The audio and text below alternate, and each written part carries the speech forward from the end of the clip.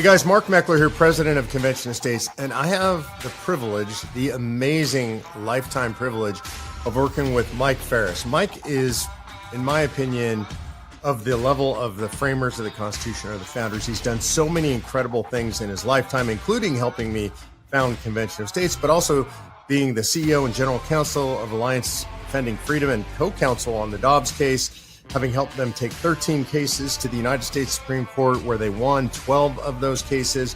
He also founded the Homeschool Legal Defense Association, one of the sort of founders in the country of legalizing homeschooling, and just a great guy and a good friend of mine. And on May 9th, he addressed a crowd at the state capitol in New Jersey and gave one of his best speeches ever. Now, that's hard to say because he gives so many good speeches, but this is a great one. And I wanted to bring it to you to allow everybody to see it, not just the folks that were there in New Jersey. So sit back, relax. I hope you enjoy this with me. Thank you for all being here. I noticed that more of you are in the shadows than in the sun because you are wise about not getting too hot or getting a sunburn. But it is great to be with you here. My wife spent most of her childhood in New Jersey, up in Piscataway, if any of you know where that is. And so we have visited there, and her friends and family are still in the neighborhood. So it is good to be with you in my wife's honor, and she sends her greetings to you today. As many of you know, I was the co-founder of Convention of States. Basically, I came up with the idea, and Mark Meckler came up with the organizational skill and the resources to make it happen. And we teamed up about 11 and a half years ago, and we're now 19 states have adopted our resolution. Yesterday, the North Carolina House passed a resolution, and we're hopeful that the North Carolina Senate will find it within themselves to schedule us this year. Last year we passed the House, but we didn't get scheduled in the Senate. So we believe we're going to be on the track for 20. We're also waiting for a federal district court in Kansas to rule that the Kansas Constitution doesn't control the method for amending the Constitution of the United States. The United States Constitution controls that. Thank you very much. There are only 6 Supreme Court decisions saying that exact thing, and so it's not a difficult question, but the judge has not yet ruled. And so as soon as that happens, Kansas has already multiple times passed the resolution by a simple majority vote, even though their state constitution purports to require a 2/3 majority. We followed few votes short of that standard, but we don't that standard is not applicable. Fine for the Kansas Constitution, not applicable for the U.S. Constitution. And so we're poised, I should say, to get to 21 soon.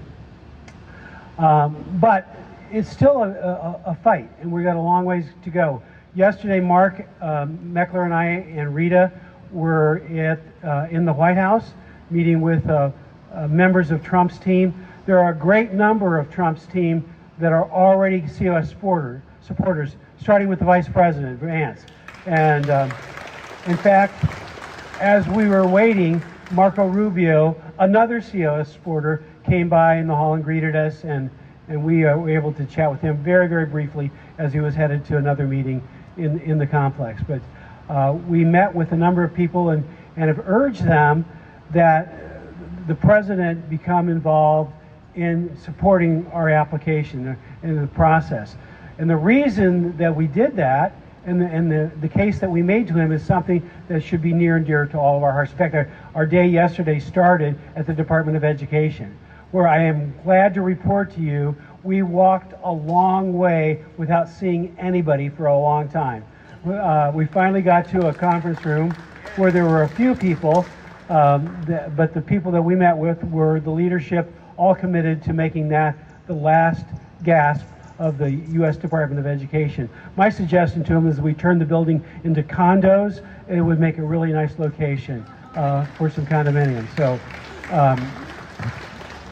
but what we don't want is President Trump to successfully dismantle the Department of Education, only to turn around when somebody else comes in down the road later and reinstates it with a vengeance.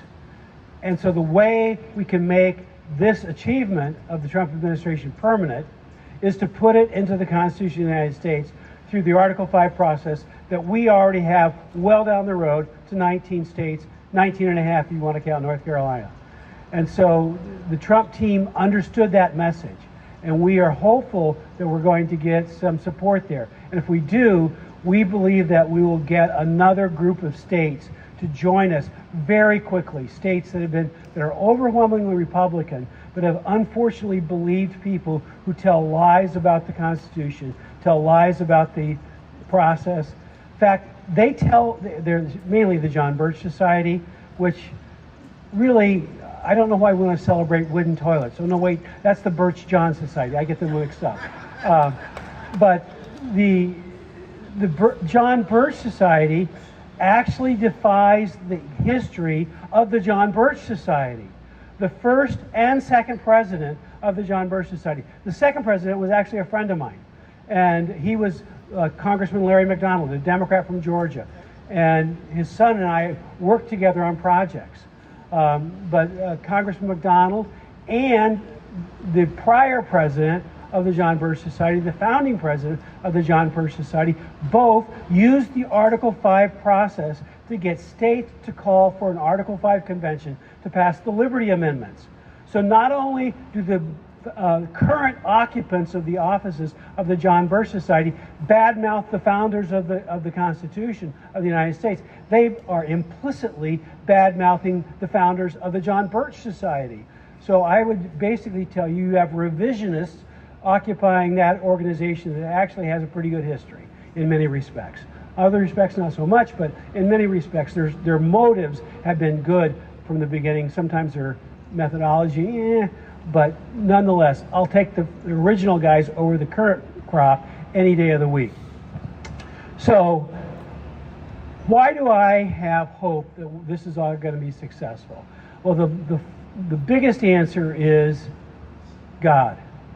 And I have seen God do mighty things in many areas of my life, but particularly with homeschooling. Now, I want to tell you one story to illustrate the power of God in the legislative process. And in Iowa, which was at the time a heavily Democrat state, the law required homeschoolers to be illegal unless they happen to be a certified teacher, which is 99% of homeschoolers do not qualify under that criteria. It's effectively a ban on homeschooling. And so I had argued a case in the Supreme Court of Iowa arguing that that law was unconstitutional. The court basically wanted to duck the constitutional issue, largely because, in my opinion, because they thought I was right, but they didn't have the guts to go that far. And instead, they came up with a clever and actually pretty successful counter move. And they said, we see that this case was filed in September. The law of Iowa requires you to to provide your children with 120 days of education by a certified teacher. And if you count by June 30th, if you count backwards from June 30th, giving it 7 days a week, you don't have to actually start your education until April or something like that. And so this prosecution filed in September was premature. We dismissed the case as being prematurely filed. Now, it was a technicality, but it actually worked pretty well, because from then on, when a prosecutor would try to say something, we'd say, well, you got to wait until April. And when we get to April or May, we say, come on, the school year is almost over, leave them alone, forget this. And so as a practical matter, it made homeschooling legal in Iowa, just in a functional sense. The teachers union didn't like that. And so they got a bill through the legislature to make homeschooling no longer a crime where we had these procedural rights. It was a misdemeanor, but it was a crime. And they changed it to a form of child abuse. They named the bill the China Bill, after their favorite country, apparently. China stood for Child in Need of Assistance, and also communism. But the Child in Need of Assistance bill passed through one house, and in a slightly different version passed through the second house. And as most of you know, that doesn't make a law. You have to have a law only when both houses pass the same version of the law in question. And so they ran out of time that legislative session to get that all done, but the bill, under the normal rules, carried over to the second year of the 2-year term. And so at the beginning of the next term, they held a conference committee, settled on a version that synthesized the two versions together, and they quickly passed through the Iowa House in this new synthesized version. It had to get through the Senate, and under the constitutional rules, they call it a constitutional majority in Iowa. You have to have an actual majority, 26 votes, not a majority of those present, but 26 actual votes. And so we had done a whip count on, we lobbied against it, and the vote was against us by our own advance count. We were going to lose 26-24. Very close, but we were going to lose. And I was there, and on the morning of the vote, a senator came off the floor and said to us, "I can't sleep at night. My conscience is bothering me about this bill. Do you have a homeschooling family from my own district that I can talk to about this?" And we got him on the phone with a family from his district. They happened to share some background, some historical family kind of background. And he went back on the floor and made a speech for homeschool freedom and said he was going to vote in our behalf. And we thought we had it because we know it was 25-25, but somebody who knew the system pretty well said, no. The lieutenant governor, who was a Democrat and an open supporter of the teachers union, was going to now cast the 26th vote, and that counted. So if they could get 26 votes counting the lieutenant governor, it still counted. So we were very excited and then very disappointed. They took the vote, and sure enough, 25 votes for it, and they took the vote, and it was 24 votes against the bill. One of our strongest supporters just simply wasn't there. And under their normal routine, it wasn't in the law or anything, but their normal routine is they give about 5 minutes and then they close the vote. And we would have won because they didn't get 26 votes. And they weren't going to do that.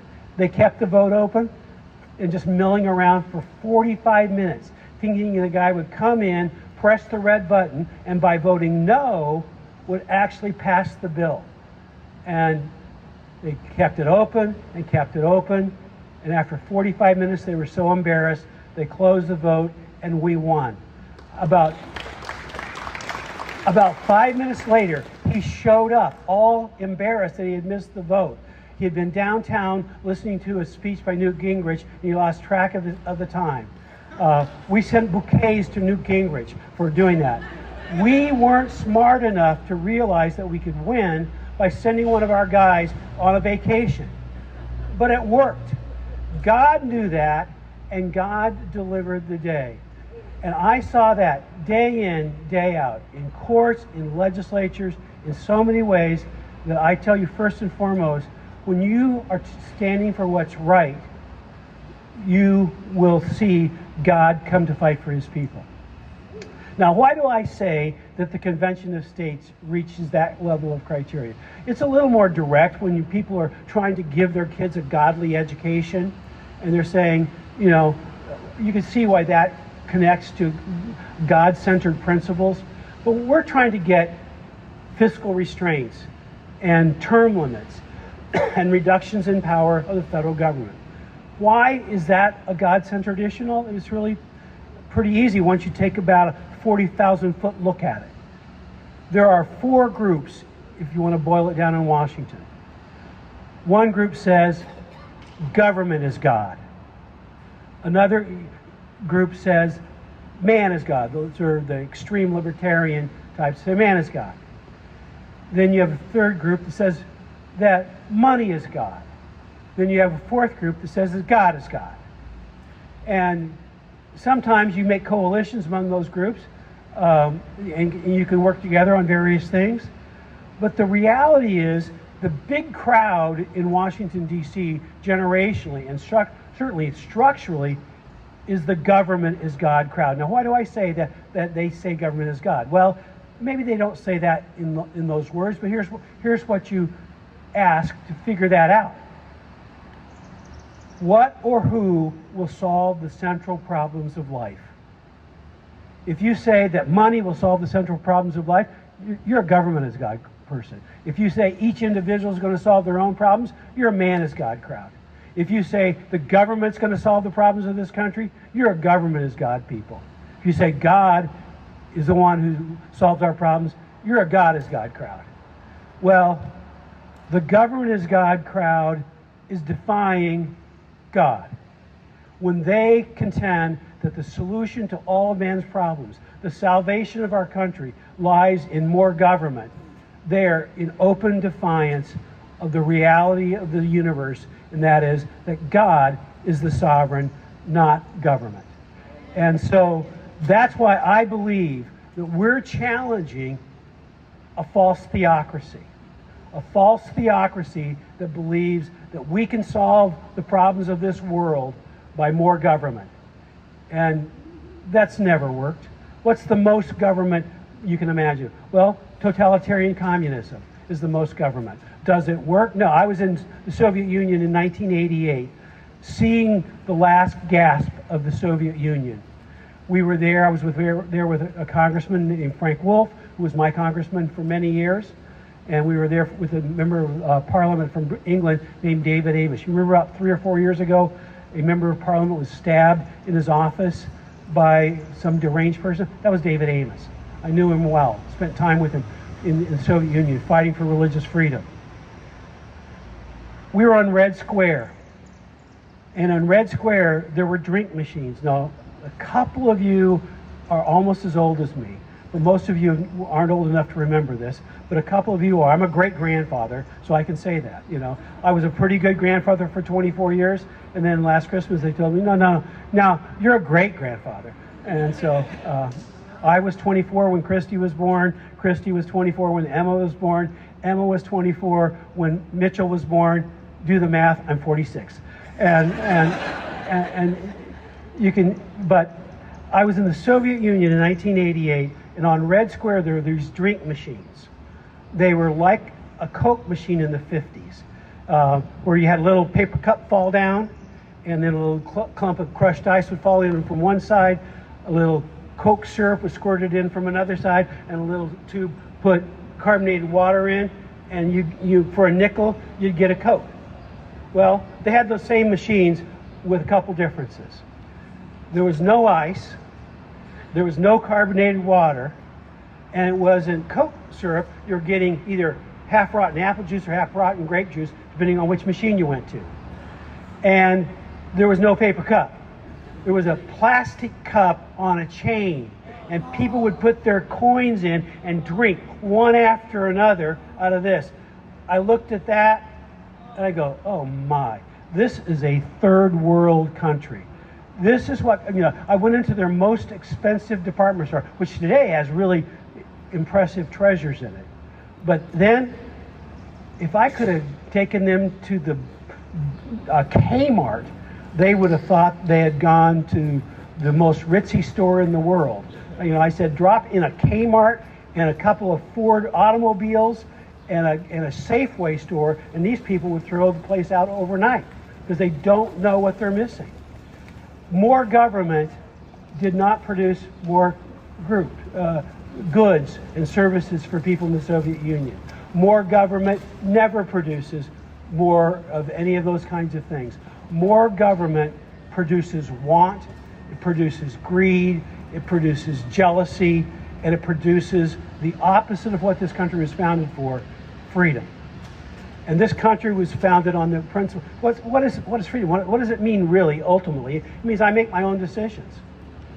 Where are my kids going to go to school? Do I make the decision, or does the government make the decision? If I make the decision, then it's a free country. Where do I go to the doctor? If I make the decision where I go to the doctor, then it's a free country. If the government makes the decision where I go to the doctor, in that respect, it's not a free country. Freedom is the ability to make more of your own decisions. The more decisions you get to make, the more free the country is. The less decisions you get to make for yourself, the less free the country is. And we are moving, and have been moving for a long time, ever since Franklin Roosevelt was president. In particular, we've been on a track pretty much since that time in a more government direction.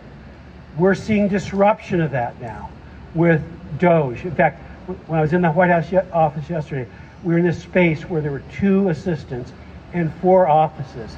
We were in the office right here. The office right here, as we were standing there waiting for our appointment, was Elon Musk's office. And so we were in the center of the West Wing of the White House.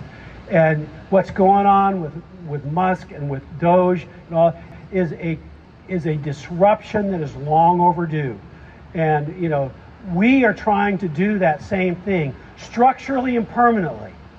That's what this is about. Structurally and permanently implementing the kind of changes that we're seeing are so necessary. The kind of corruption, the kind of waste, the kind of fraud, the kind of open theft of the taxpayers' money. Both, it's bad enough they steal our money, but when they steal our grandchildren's money and our great-grandchildren's money with IOUs, the moral reprehensible nature of that multiplies.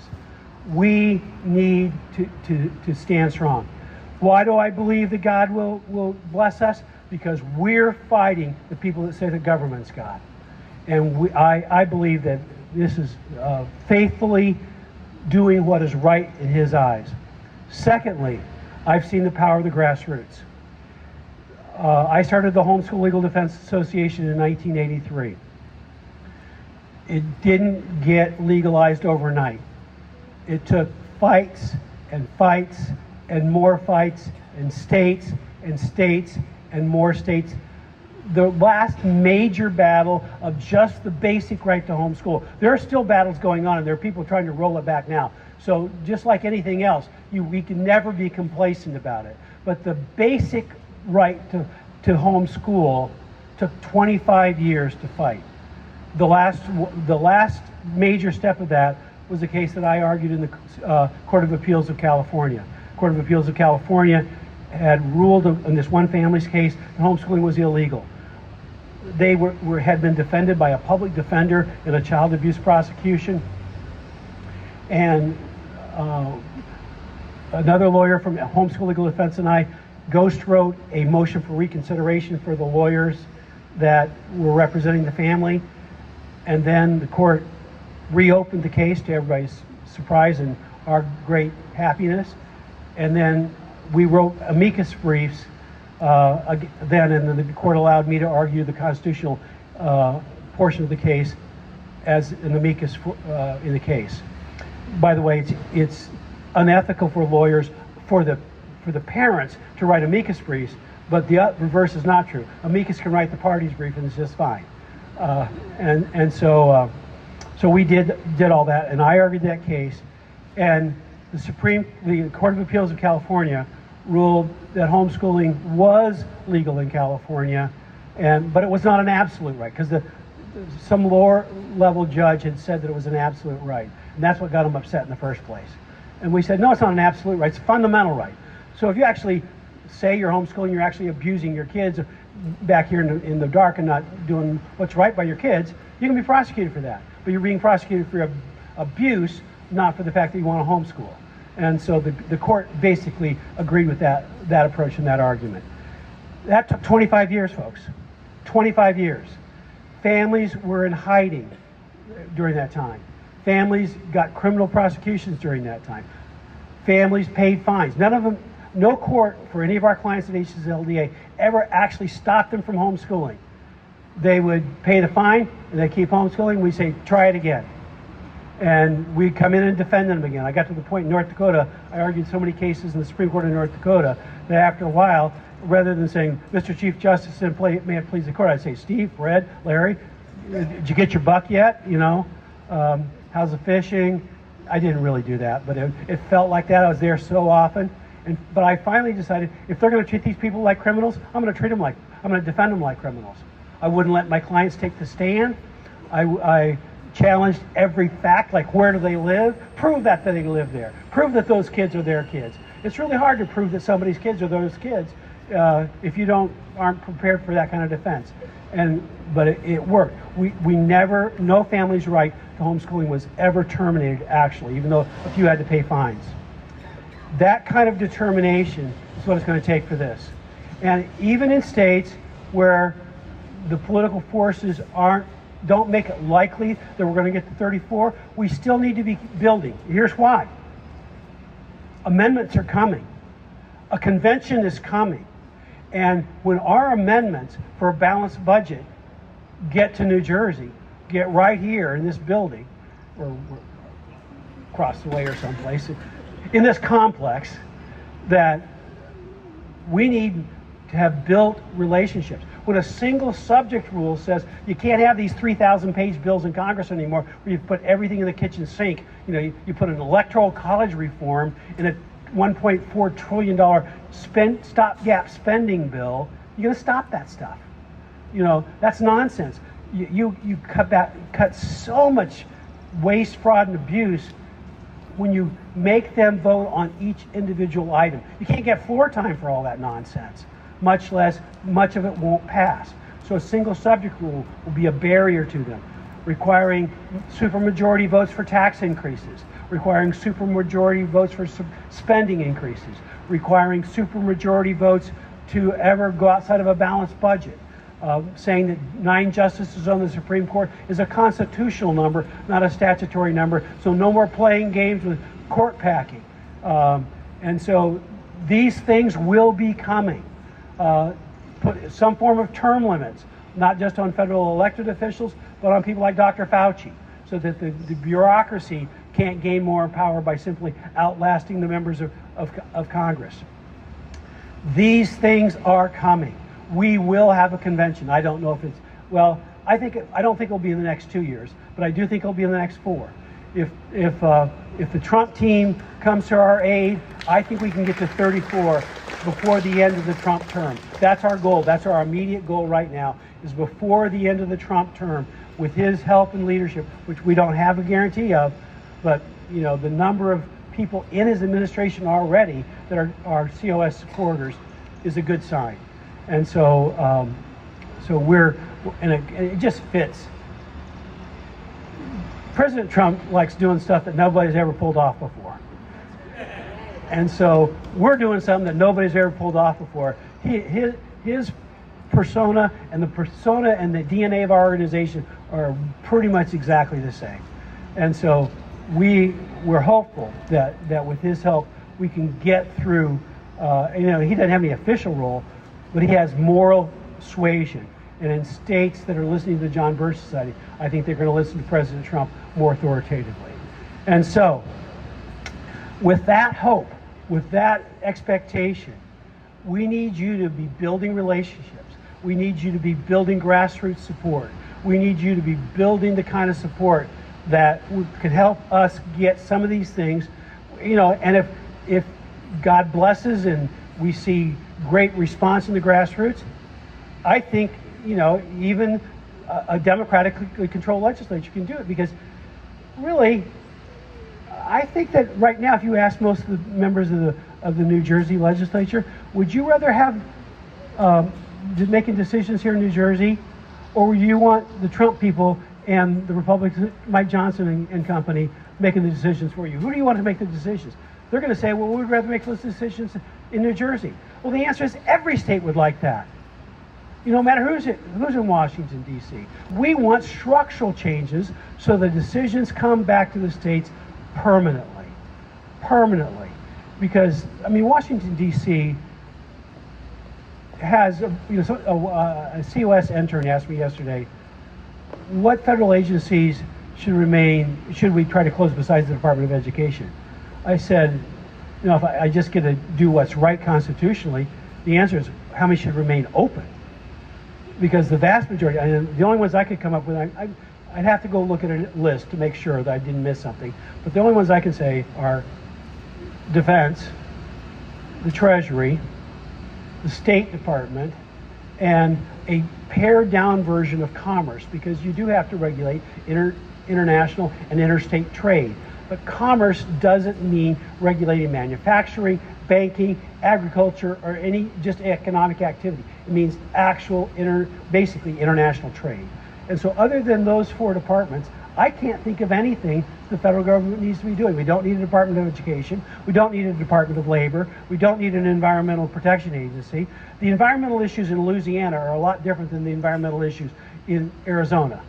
The environmental issues in New Jersey are a lot different than the environmental issues in Alaska. And to the extent that the states need to cooperate together, the states know how to do that. The Uniform Commercial Code regulates banking in this country. It's passed by the states. The reason you can put a card in the machine anywhere in the country and get cash out is because of the Uniform Commercial Code, not because of federal law. It's state law. The states got together through the Uniform Law Commission, said, well, we need to have these things work out together.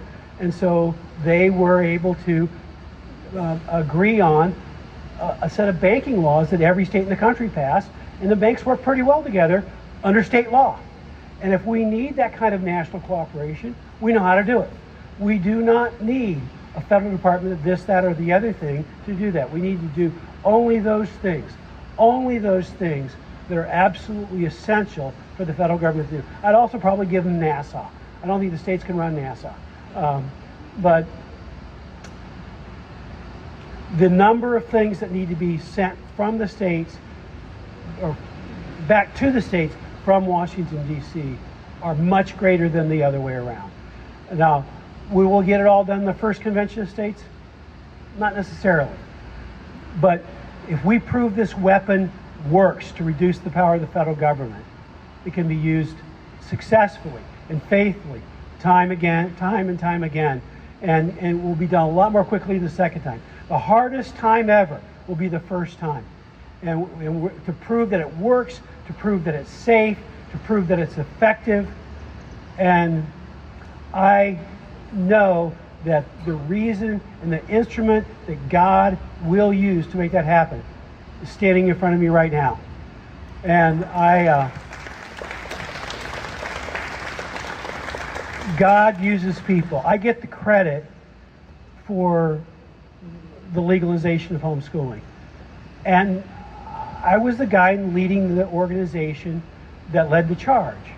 But the guy that leads the organization, that leads the charge, A, has an organization, which is a lot of people, there are a lot of people in that group, and B, there's a lot of members in that group, and then C, there's a lot of state organizations that also helped in the charge, and they had a lot of people in their organizations, and then there were just unaffiliated homeschoolers, and then there were friends of homeschooling, and there were people that were praying, and ultimately there was God. So that's the same thing anything that's worthwhile doing works. People stand up and make the speeches. People stand up and say, let's go do this. And, there's things that, they justly get thanked for taking a leadership role. But it's never alone. Never, ever, ever alone. Without people that come alongside and say, that's right, let's go do this, nothing ever gets done. And you're the people that have come along and said, you're right, let's go do this. And you are also leaders because you're getting others to come into the fight. And so you have others that are looking to you and they're coming alongside you and say, that's right, let's go do this. And that kind of momentum, that kind of grassroots leadership, that kind of grassroots momentum, that kind of grassroots wildfire is how anything worthwhile gets done. It's how this country was started. It's how anything that has ever been accomplished of any magnitude has ever been accomplished in the history of freedom. We can do this. We will do this. And you will be right at the center when we get it done. God bless you. Thank you for the invitation to be here today. I'm sorry I was late. Thank you very, very much.